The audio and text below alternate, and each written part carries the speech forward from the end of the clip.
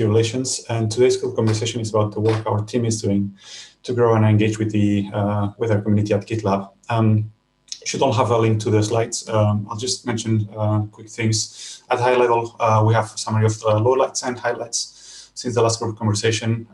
We also have a set of topics on work that we're doing right now, and where we'd love to hear your feedback and your questions. Then the regular team updates and summary and metrics for each one of our programs. As usual, feel free to ask your questions by linking to the agenda and verbalizing them on the call. And I see that there's some questions already, so perhaps we can just start with that. Paul, do you want to verbalize your first question? Sure, and thanks for all the great information in the deck. Really comprehensive. Appreciate it. Just wanted a little bit of color on what the impact was of moving to a single code base on September 23rd, and if there were any other issues associated with that. Yeah, so I typed some of the answers there, Paul. There was around like the September 23rd, like a couple of weeks following, there was like a noticeable drop in like inbound MRs that were coming in from the wider community. And some people were not even aware that that was happening. So I think a lot of people were not able to find like issues to work on, for example, because CE issues were all like migrated to the new GitLab project. So I took a couple of weeks, but I mean, definitely noticed like things started to rebound after a few weeks. So that hopefully that answers your question. Cool, thanks. Yep. And then perhaps Ray, I should add on the last group conversation, we had some more data on that as well. Yep. So perhaps we can add a link to that on one of the slides. I think next one up is Sid. Do you want to ask your question? Yeah, so I propose to Crosslink Heroes and find a speaker because they can be both a source of the same thing. And John already said he'll do so. So my question is addressed. Just to kind of complete the response, I think I'll also make it an action item to update the Find a Speaker page and try and re-engage with some of those folks and see if there's a fit for some of them in the Heroes program. Thanks.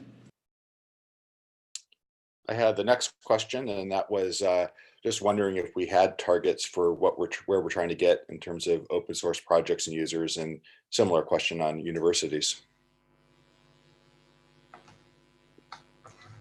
Christina, do you want to take that? Sure, I can take that. Hi, Paul. Thanks for the question.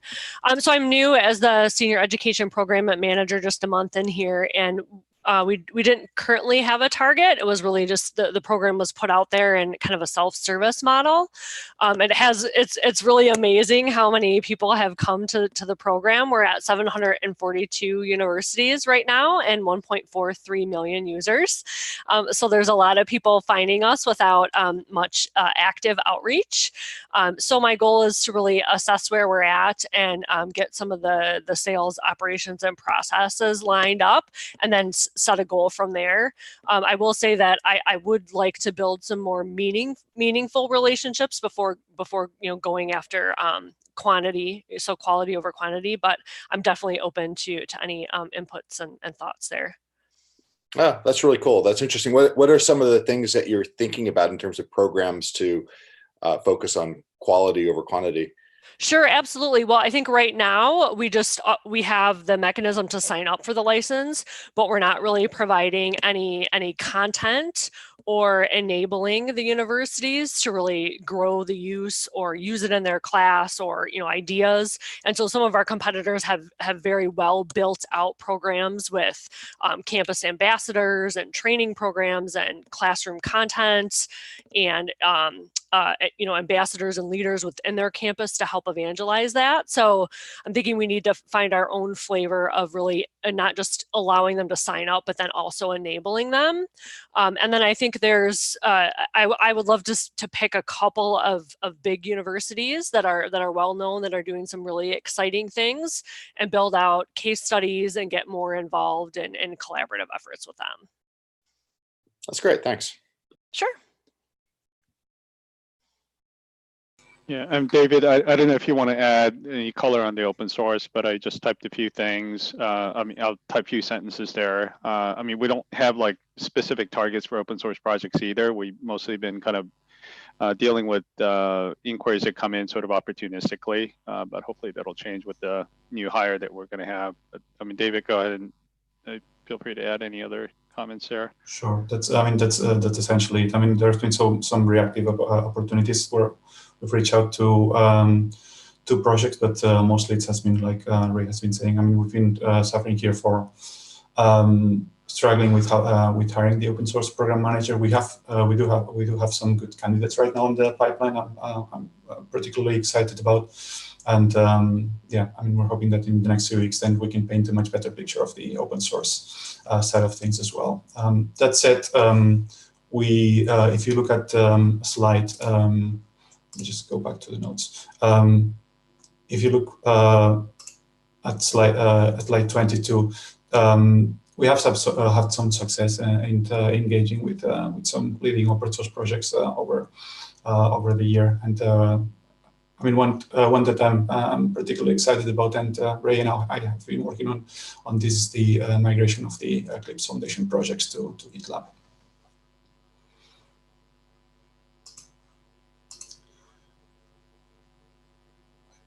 I think Sid, you're next. Thanks. Yeah, for social media responses, like we're becoming a big company, over 1,000 people. We have a lot of specialized people. And what I'm seeing is that, you tell me what's really happening, but I think that the community advocates are starting to interpret their job as responding to people that have questions about GitLab. But actually, what I see as their job is routing the request from people from the wider internet to the right person, so that everyone in the company, all 1,000 of us, can engage online. And now there will be some people maybe being uncomfortable, but the vast majority of us have like a Twitter account, or they have a Discuss account so that they can respond to things. Everyone has a GitLab account. And I'm not seeing that happening. It's in our process. And Samantha, thanks for adding the link. I was looking for that. But it's been used 0 times over the last, I don't know what the Slack retention is, like 60 days or something. How can we make sure that we change that? If this is true, what I'm saying, how can we change that mindset of the community advocates? It's not about responding themselves, but it's about connecting the company to the wider community. It's about that connection. And they're actually, by responding themselves, they're not creating that connection. Before answering the question, let me just add a couple of points. I mean, one is, I think, and I'll let the advocates add their view in there, particularly the newer advocates in the team. Do something that we do stress during our team meetings, that should be part of the process involving experts. So I think that's well understood by the advocates. This is something that they follow as well, but there's always a judgment call on whether this is something that they can answer quickly themselves, or whether they require an expert. I feel they're still, in terms of being effective, they're quick answers that advocates can provide. But then if something is more involved, or something clearly requires an expert, then they should be using that process. I think the visibility that you're missing, if you've been looking at the Slack history, is the fact that one thing that we've been struggling with, and I blame myself to that, is by using that template. The feedback that I got from the advocates is that they have to build this relationship within the company as well to get those experts to answer those questions. And they do go to GitLab channels, to Slack channels to ask for experts to answer those questions. That's one thing, but they tend not to use the template because it sounds very automated way of asking for people to engage. That's something that we haven't really solved yet. Okay, can you give me an indication of like how many times it happens that they asked an expert over the, let's say, the last month? Or maybe someone else can speak up. Perhaps what I would ask, and while we're talking to some of the advocates can help. So I can add some examples of Slack messages that they've posted on other channels to us for experts. Channel advocates tend to go to places like product, infrastructure lounge, and question channels to look for experts. So that might be the places to start looking for. I can just chime in too. As I'm still kind of learning where the best places are to ask, I post a lot in the questions channel. And then from there, I'm often rerouted by people in questions to go to different channels. So I think that questions channel, I can quickly look up how many times I myself have posted in that in the past couple of weeks. And that would be a good indication, at least, of the different things that I'm reaching out to experts for. Yeah, thanks. And I think we should maybe add that if you don't know which channel, then the question channel is a great channel to ask for that. But I think everything that's for everyone won't scale. Like, we're going to be a 2,000 company end of next year, a 2,000 people company. So we have to, not only do we need to familiarize ourselves with the external environment, but also internally figure out, like, the categories page should probably be open all the time. So you know exactly, hey, who's the product manager here? And then you mention that product manager in the relevant channel with the G name, the group name, G underscore. Those kind of things should over time become second nature. And I sometimes try to do it. Like, I see something on the internet, I ask, and out of like 10 times, I've never seen a question from a community advocate asking for the same kind of help. So if the current template is not great, then we should change the template. If we always want to use a different text, I'm not against that, but let's make sure there's a word in there so that we can maybe start measuring. So David, I'm not saying you should do exactly what I say, but think about a way to start measuring this. Because I think we're well, let's say that, are we undershooting on this, asking internal experts to help? Or do you think we're doing it but when on average when it's needed? I think we're doing it on average when it's needed, but I think one point that I think I agree is the fact that we do not often reach out to the expert as in directly. We tend to reach out to the channels, and this is something that we can definitely improve on. I like the feedback on adding some way of measuring it. I think there's something that we can definitely do. Cool. And then I'd love to get some data on how often we've did it, like compared to how many questions we got. Let's say last 30 days, this many times we asked an expert for help. I don't have an idea what that percentage should be. I think it should be like between 5 and 10%, and I think we're below 5% right now. But that's all assumptions on a very limited data set. So let's look at some data and see what we think after we see that. Can I just ask a question to you, Sid, as a Sure. point of clarification? So I do notice, like, for the advocates, I think they're doing a pretty good job being proactive and asking for help. I think there's the disconnect, is that, and I don't know this certainly, but so Samantha, correct me if I'm wrong, but I think after they get the answer, oftentimes they're the one responding to the question. And so it's that is exactly what's going wrong. So I think it's like the discovery of the answer is one piece, but then it's like who is doing the follow-up is another piece. And I just want to make sure that we're coming up with a solution that solves, the bigger problem, or both problems, and not just one. So I just wanted to get a point of clarification there. Yep, and that's why it's so a problem that the template isn't used, because now what I see is exactly what you say. They just ask for the answer, and then they go back and answer the question online. There's a reason for the template. We don't want to answer a question. We want to connect people. We want to build relationships between people in the wider community and people in the company. And that's what's not happening, because the community advocates act as a shield almost, as a transfer station. That's not what we want. We want the people who work at GitLab to go out to the wider community and connect there. And if there's then a follow-up question, we want the community to feel comfortable reaching out to that expert directly.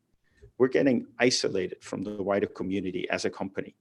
And every time that connection isn't made, it's further isolation for us as a company.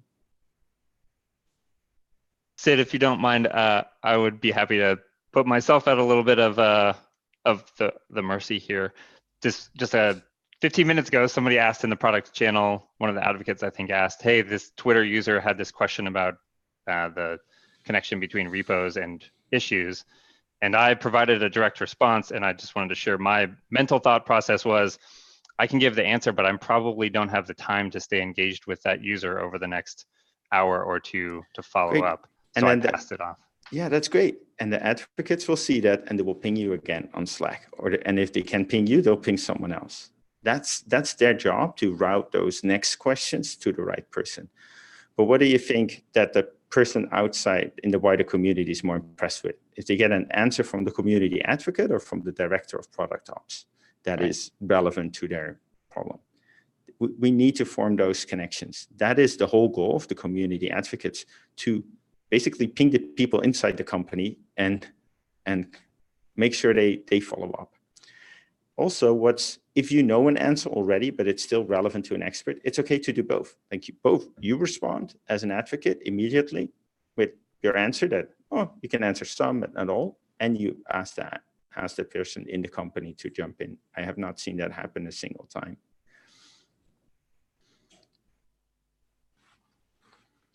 Okay.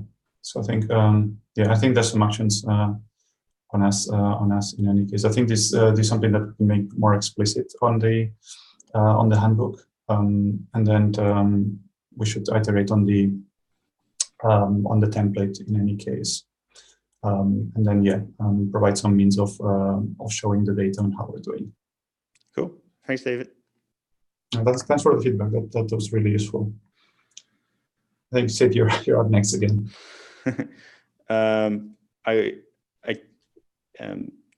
Calling something workflow, and I've seen this happen 1,000 times in all kinds of different divisions, so please don't feel bad, but we shouldn't refer to something as workflow. We have 3,000 pages in the handbook, and they're all standard operating procedures. They're all process, they're all workflow, they're all FAQs. Just never refer to them as that. Refer to them as what they are meant to solve. So things like workflow or FAQs or something organizing by format tends to become a grab bag, because there's nothing that doesn't fit that label. So it's really hard to remove things, and then things get messy and stale. So if we could rename that, that'd be great. Okay. Just to be clear though, I mean, is your criticism about the term workflow, or both workflow and the way of organizing in subpages?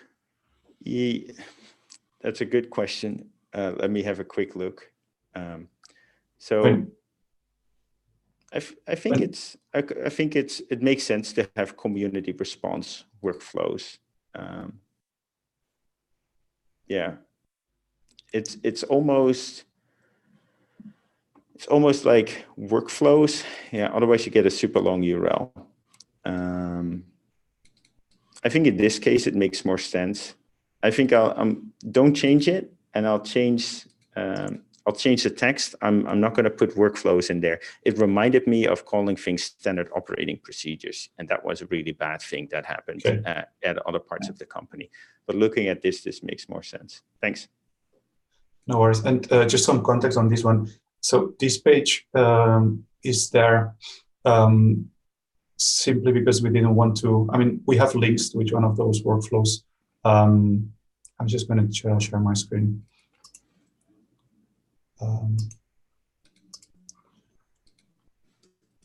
On the community advocacy channel, the part that we tend to look more at, or tend to update more at, is this overview of the community response channels.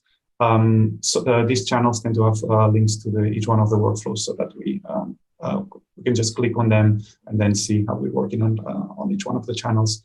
That page was in there simply because we didn't want to break the breadcrumbs in here. Okay. That was all. That makes sense. Consider reorganizing it, that you put the processes under the page we just saw or something like that, but not the biggest priority in the world. Okay, thanks for the feedback. All right, next question is Mike. Would you mind verbalizing yours? Yeah, thank you. So, on slide 7, you call out the 3 internal comms and PR crises that we had recently. And I'm just wondering, now that some time has passed, do you think that we've fully recovered from those, or just, what's the general sentiment that we're seeing within the community?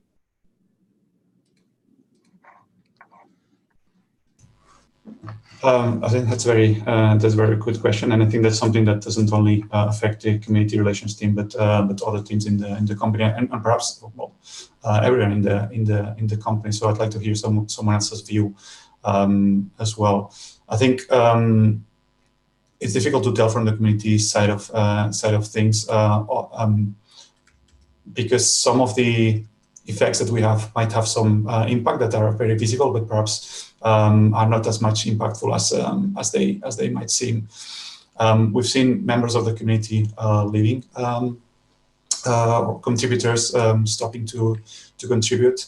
But what we have also seen is less, after the decisions that we've made, we've seen less negative comments. I think the takeaway perhaps is that we as a company, I feel personally that we've come stronger. After those, we have better processes. We are more. We are working on plans to proactively address this from happening in the future. And to that extent, I think we've recovered. There's still some more to do, but there will be more to come as well. As Sid was saying, as we're growing as a company, we're getting more and more attention. We're very much open in everything that we do, and something will get picked up at some point. So I think it's all about being prepared, sticking to our values, and then whenever we need to do changes, and then make sure that we do them, and then that we do them quickly as well. But yeah, as I say, I mean, perhaps someone else who has been involved in this has got another view as well. I know, Samantha, you've seen some chatter on Hacker News and Twitter recently in association with some of the conversation around GitHub. Do you want to shed some light on that? Yeah, and I was speaking a little bit with Will on Slack yesterday about this on the social team. And I'm just kind of observing how when similar discussions about GitHub are coming up, how and when GitLab is then brought into those discussions. So just from my perspective, it's still like a point where, like yesterday, I reached out with looking for some guidance into how is our team thinking about how we respond to these discussions when they're not directly about GitLab, but GitLab is being brought into the discussion. And I think it's just it's interesting to see like what articles are posted, and then when things get brought up again, even if maybe they aren't something new or new news that's coming out from either us or from GitHub or anybody else who's in that larger conversation.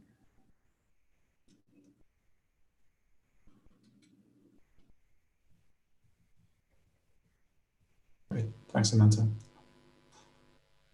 Mike, does that answer your question or give you a better overview of where we stand? Yeah, that's helpful. I'm just trying to understand kind of what the impact has been, and I think I have a good sense from that. And I guess it will continue to evolve, over the next few months, and as new things come up, like you said. So I'm glad that we have some new processes and things in place to be ready for the next one. And like you said, I think we've come out stronger. Excellent. So I think with this, we don't have more questions, and we've got about 1 minute left. So thanks everyone for the great group conversation today. Thanks a lot for the questions. Thanks a lot. I've seen Christina, you taking quite a lot of notes. Really appreciate it, and everyone else who's been helping with the notes. And with this, yeah, have a nice rest of the day. Thank you, everyone.